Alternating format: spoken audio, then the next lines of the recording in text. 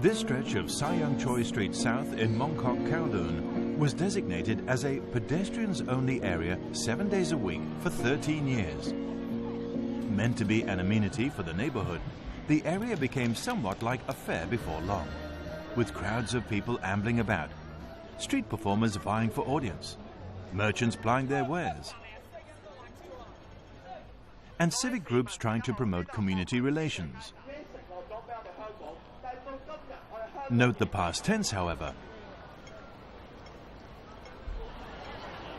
As of the 20th of January 2014, vehicular traffic has returned to the street on weekdays, making the pedestrians-only designation effective only on weekends.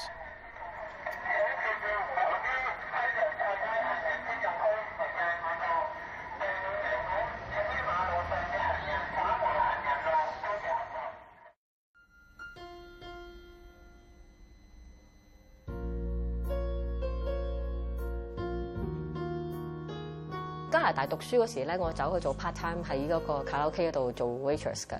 冇人嘅話，你係上去唱下歌咁啊，所以嗰時就開始中意唱歌咯。咁我本身就做製造業啦，同好多朋友咁樣都係朝九晚六。初都係冇打開過箱嘅，嗰時我哋淨係齋唱嘅啫。咁啊，跟住有啲人啦就同我哋講，即係捉咗我哋去酒樓問我哋咯，有咩目的咯嚟度唱歌。 咁我哋話冇喎，玩嘅啫喎，我哋中意唱歌嘅啫。佢話即係覺得好似我哋好似阻住去揾食咁啊。我不如入鄉隨俗啦，即係作為一樣嘢就話咁就變咗開始咗我哋接受咗一班朋友啦嘅支持咯，即係所謂fans 啊咁樣。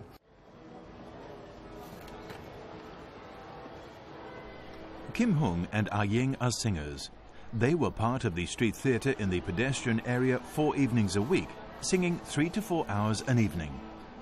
3年前開始選擇西洋菜街啦，因為就話呢度佢任何階層嘅朋友都有，同埋我哋都係唱一啲70、80年代嘅中文歌為主，一啲所謂嘅金曲。咁變咗我選擇呢個地方咧，就話想大家多啲人共鳴。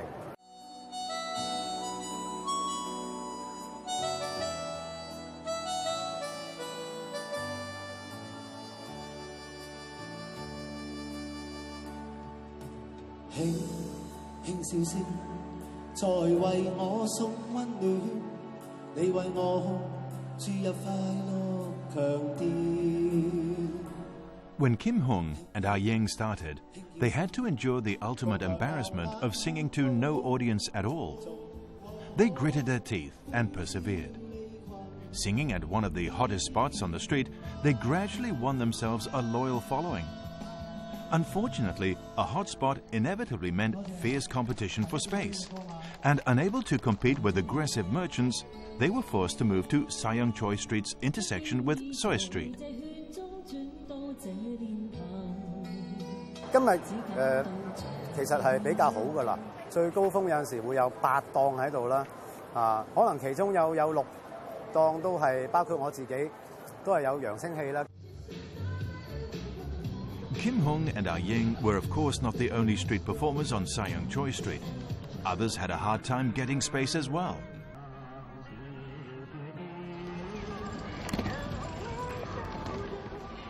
我哋星期5休息嘅，咁啊其他日子都開㗎啦。咁我哋有2個位置，星期4、星期6就係會你見到而家我喺呢個位置啦。咁啊等另一個團體完咗7點前啦，我哋就會 set 音響。咁另外日1、2、3就會喺前啲個位置。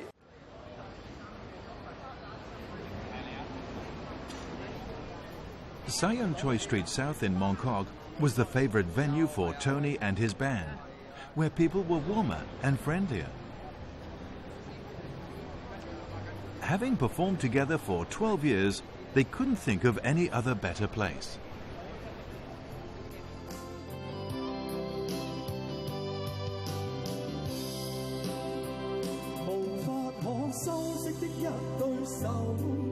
帶出溫暖永遠在背後。旺角令到我感覺到係好溫暖嘅就係啲聽眾係個窩心嘅行為，佢未必係打上嚟，甚至乎佢打上埋嚟之後買凍奶茶，見你肚餓食麵包，佢又真係買個麵包俾你食，同我以前喺尖沙咀星光大道係唔同嘅嗰個感覺，係好 close 嘅同啲聽眾。初嚟其實就係一個細啲嘅喇叭仔，一個 mixer 噶嘛，因為我都覺得係好嘅音色要俾啲聽眾聽，自己亦都唱得舒服，慢慢添置越嚟越好咯。嘈咯，細路仔教佢嗰啲書啊，教佢功課，聽唔到就聽到佢。我哋睇電視，聽到佢哋嘅聲就聽唔到電視機嘅聲。Local resident Mrs. Jeong had every right to feel annoyed and frustrated, because what was merriment to the people on the street was nuisance to residents. 初開放嘅時候咧，冇咁多嗰啲賣藝嗰啲人咧，就係真係好好，又幽靜啦，又冇咁多車聲啊。你知有時塞住又響康咁，又係幾煩。翻去佢實施咗咧係幾好，但係而家咧搞成咁就煩啦。騷擾啊，真係。Mrs. Jeong put the blame on the authorities for mismanagement. Apart from the noise, she said, the goings-on in the area were also causing inconvenience to her movement outside her home. 咩叫做專用行人區啫？你唔係喎，你攞嚟賺錢喎，仲話藝術？你唔攞個兜出嚟，我話你藝術。我哋冇定額收費，一隻歌聽完你拍手掌，俾1毫子我亦都得。即係好隨意、好隨緣落座。我哋冇一個定額，咁何來叫做一個商業活動？ There is no doubt tension exists between residents and street performers. But Andrew So, a street performer going by the name of Mr. Funny, thought the situation could be vastly improved if only the authorities would take some appropriate measures. 大家親身落嚟睇咧，都會去到一個叫逼爆嘅情況咯。普通市民咧真係唔識劃分邊啲係藝術，邊啲唔係藝術。所以我哋期望有一個叫做街頭發牌制度咧。當然有啲容易去處理嘅就係明明係攝影、賣相、提供一個服務、有錢銀嘅交收，普通人都識分嘅。但係好奇怪，食環署係唔會處理嘅喎。As for street performers, Andrew So said they must exercise self-restraint, mindful that they should not cause disturbance in the neighborhood. 我表演係只係做15分鐘，就會完成咗一個表演，讓啲觀眾散開，跟住先至會再做第二場。咁呢個唔會引到嗰個街道有個擠塞，但係大家會見到唱歌嗰啲係不停唱3個鐘頭，佢聚咗200-300人，佢都唔理嘅。咁呢個咪會俾人感覺你係冇顧及到周圍環境嗰個需要咯。我好唔開心，因為咧政府係一刀切取消咗一戰，一個咁自發性嘅景點係嚟自所有街頭藝人去打造出嚟嘅，反映到香港嘅文化俾所有嘅市民或者遊客睇到。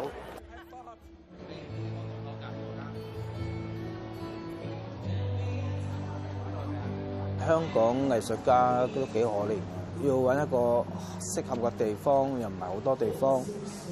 而家現有呢個地方都叫緊要嘅地方。咁你政府唔去面對嗰啲問題，就反而殺街，我覺得係一個極之遺憾嘅決定啦。Lau Chung Fat is a painter. He came to Sayong Choi Street South 6 evenings a week to show off his artistry and hopefully recruit students at the same time. 嗱，我哋要做翻要明顯翻，係啦，暗呢度要暗翻啲，嗱，好似個鼻嗰個位唔夠力啦。In the daytime, Lau teaches in a studio. 我畫畫想係推廣畫畫呢樣嘢，西洋菜街係一個平台，一個好嘅平台，跟住就去宣揚開。Lau was a typical struggling artist when he was young.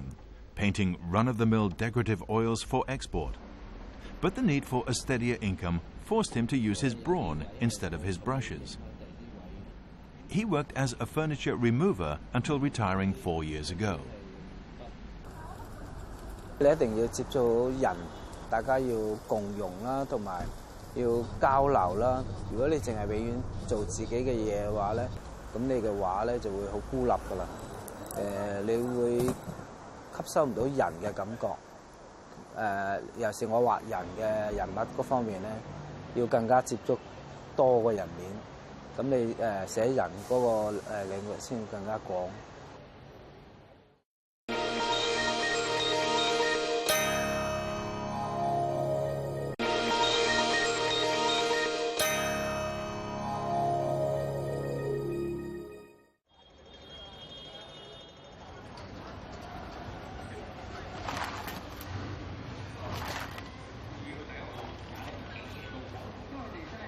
點解會擺晒啲嘢喺度咧？佢就喺度霸定個位置啦。都呢啲有啲係商戶擺啦，有啲咧擺檔者擺啦。因為條街冇人管，咁我哋只係為自己切身利益咧，咁啊擺嗰度，希望即係有多人擺嘅，希望佢唔好擺個台喺我門口咁，全部封冚晒、遮住晒咁啫。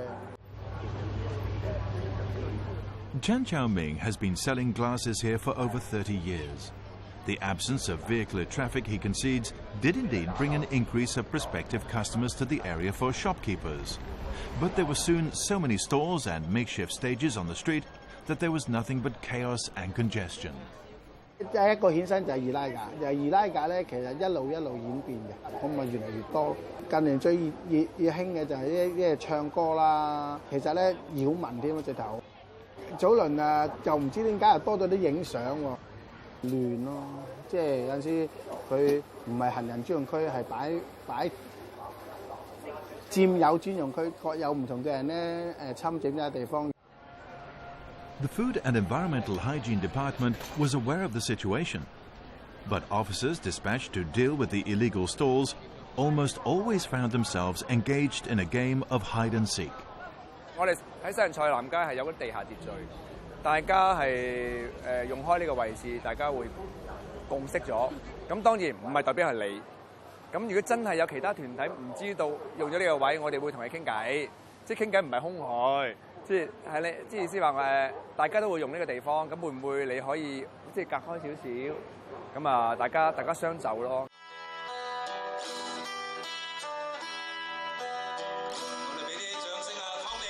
Now that Sai Yong Choi Street South is a pedestrian-only area on weekends, Tony and his band have effectively lost their main source of income, the gratuities from their audience. Although they're occasionally hired to perform in restaurants, their urgent need is to find another street to perform regularly. 對好多 fans 嘅影響咯，佢哋會覺得點解晚晚我有歌聽，而家又冇，咁對佢哋嚟講係一個失落感。咁對我嚟講，經濟當然有影響，絕對有影響嘅。人哋嘅打賞咧，其實係支持到我哋啲音響咧，喺度租音響嘅地方嘅開支。因為我就慘啦，呢度死約租咗2年，而家咁樣殺街咧，我啲音響又唔可以搬去其他地方，變咗如果1至5冇得開咧，咁變咗我個租咧就一個好大嘅問題。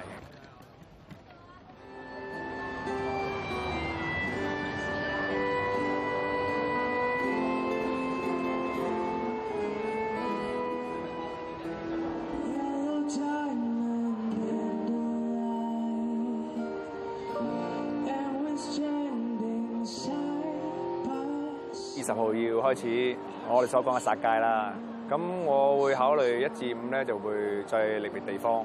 今日咧就走嚟視察下場地。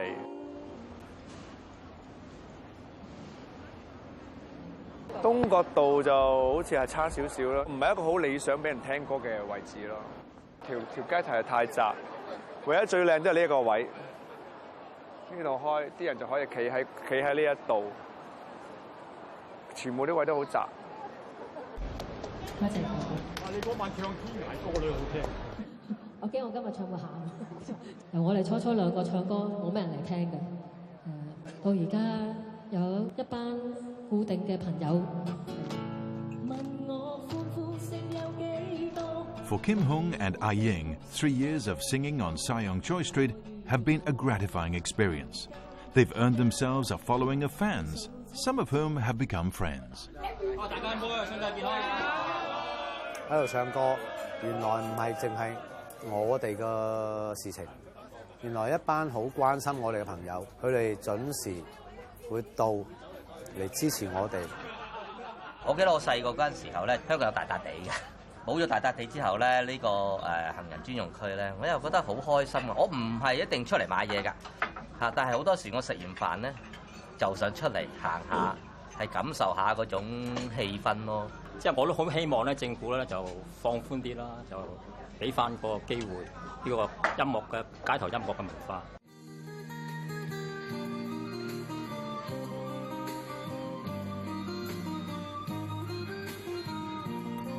之前我就喺隔離嗰邊就畫卡通人像嘅，咁我有一日翻屋企就行街經過啦，就見到呢個師傅咧嘅素描咧栩栩如生，就深深吸引住到我嘅。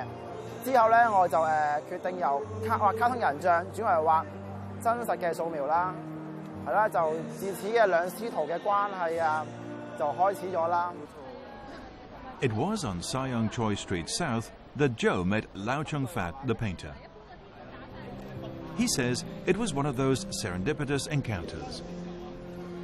我都會諗過，依家暫時做其他散工先，揾到筆錢啦，可能會開翻個畫室啦，咁樣咯，都會繼續接嗰啲 job 嘅，都係畫翻卡通咁樣。但係同時我都會再苦練素描咁樣啦，係啊，更上一層樓啦，即係以呢位師傅為目標啦。呢邊條街咧有好多好奇妙嘅邂逅啊、緣分㗎，係啊。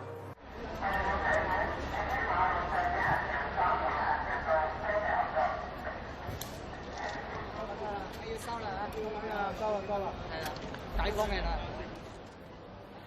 最好都喺呢度啦，呢度又近啦，同埋聚到人多啲啦。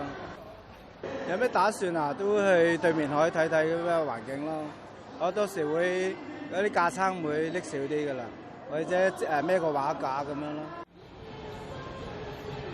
聽日開始咧，20號咧就1至5咧，就呢度即將會通翻車啊！我哋都係點樣啊？隨遇而安啦嚇。我消極啲嘅，我呢個諗法，由旺角呢度開始，一路佢可能佢哋陸續，我哋去到邊度，跟住佢又考慮殺埋嗰度。我再提大家先，我哋聽日咧就會上去天橋試唱嘅。如果大家真係有得閒嘅話咧，記得出嚟天橋度揾我哋啊嚇！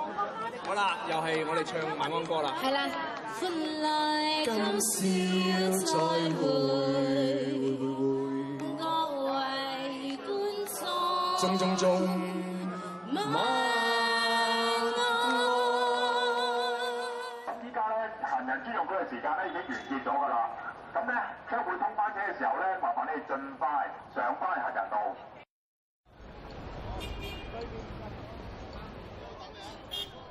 Monday, the 20th of January 2014. Vehicular traffic returned to Sai Yong Choi Street South. On weekdays, there's no room for street theatre anymore.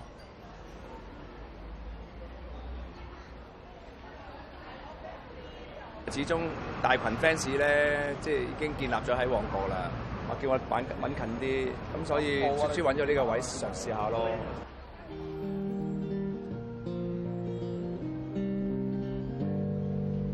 我點解會用一啲而家咁輕便嘅樂器，就盡量將個聲浪整咁大？希望香港政府真係俾一翻啲嘅空間我哋。我眼見個天橋咁大咁闊，唔好嘥咗佢啊！我做一啲免費嘅娛樂，咁啊你啲市民經過嘅有時間就喺屋企度聽下歌。呢度真係第一次嚟，嗰個位唔係咁理想，同埋好大風啊，聚唔到人啦。咁呢度就會光猛啲咯，唔係理想啲咯。頭先都有笑顏處，有幾個人喺度望住我哋㗎啦。咁睇咗一陣，佢哋都走咗啦。因為我哋而家係表演藝術，佢哋應該就唔會喐我哋嘅。呢度咧就係旺角道啦，有行人上過嗰個行人天橋。咁我希望呢個地方可以變咗，除咗菜街之外，變咗而家呢一個新地方咧，都可以叫做我哋1至5嘅一個唔錯嘅表演場地。Kim Hung was to be disappointed again. That very evening, the police told them that there were complaints they were too loud, and so venue hunting resumed. But presently, on weekends, Kim Hung, Ying, Tony, and all the others continue to put up their makeshift stages on Sai Yung Choi Street South, keeping their fingers crossed that when the government reviews the situation there in 6 months, decisions will be made in their favor.